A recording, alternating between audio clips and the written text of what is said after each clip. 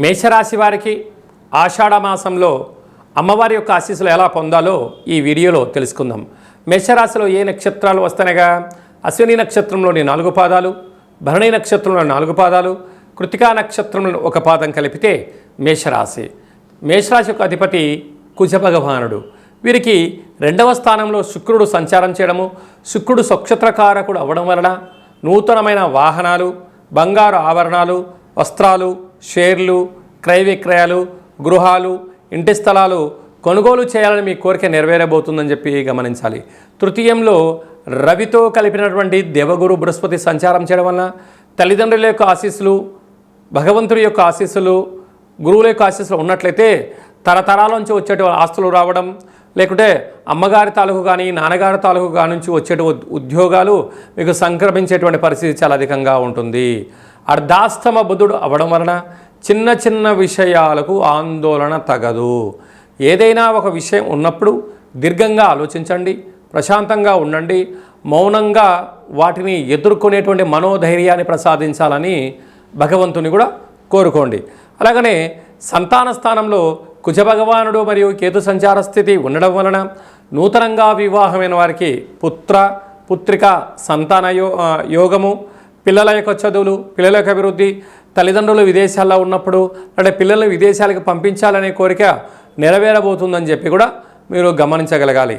అనేకమైనటువంటి వృత్తులలో, ఉద్యోగాల్లో, వ్యాపారాల్లో ఉండబడిన వారు తొందరపాటు నిర్ణయానికి ఇది సరైన సమయం కాదు అని చెప్పి కూడా గమనించాలి.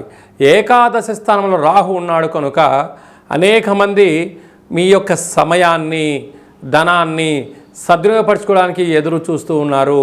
కనుక ఎవరు మనవారు, ఎవరు పరాయివారు అనేది ఆలోచించుకోవడం మీ యొక్క వ్యక్తిగత అభిప్రాయం అని చెప్పి కూడా గుర్తుపెట్టుకోగలగాలి. కనుక డబ్బులను, సమయాన్ని, ప్రతి విషయాన్ని మీరు క్షుణ్ణంగా పరిశీలించి ప్రయాణం చేయడము యోగదాయకంగా కూడా మీరు గమనించగలగాలి.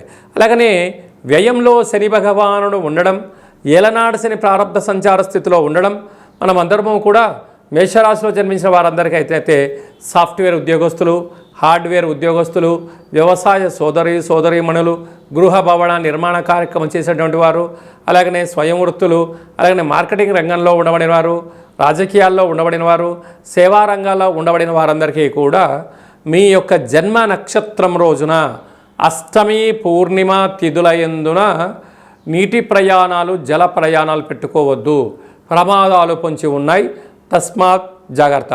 ఇంకనూ మనం విజయం సాధించగలగాలి అన్నట్లయితే మన గ్రామదేవతకు పసుపు కుంకుమను కలిపి పూజ చేయడం, ఎర్రటి కుంకుమను ఎర్రటి పుష్పాలతో, ఎర్రటి గాజులతో, ఎర్రటి వస్త్రాలతో అమ్మవారిని అలంకారం చేసి హారతి తీసుకొని అర్చన చేసుకోవడం వలన వీలైతే శక్తి కలిగితే ఎర్రటి గుమ్మడికాయ దీపాన్ని గ్రామదేవత దగ్గర వెలిగించిన, అలా వెళ్ళడం కుదరకపోతే గృహంలో ఎర్రటి కూష్మాండ దీపాన్ని వెలిగించి ప్రవహించే నీటిలో సమర్పించడం వలన రుణ సమస్యలు, రోగ సమస్యలు, శత్రు సమస్యలు, నరదృష్టి యొక్క ప్రభావాలు తొలగిపోతాయని చెప్పి కూడా గమనించాలి.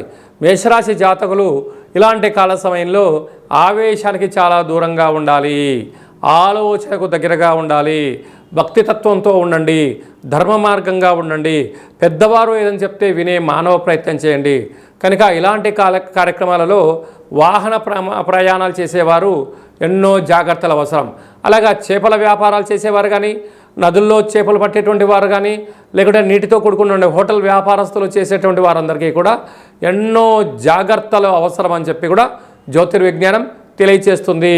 కనుక ఆవేశానికి ఇది సరైన సమయం కాదు, ఆలోచనతో చేయండి, అన్నింటా విజయం మేషరాశి వారి సొంతం.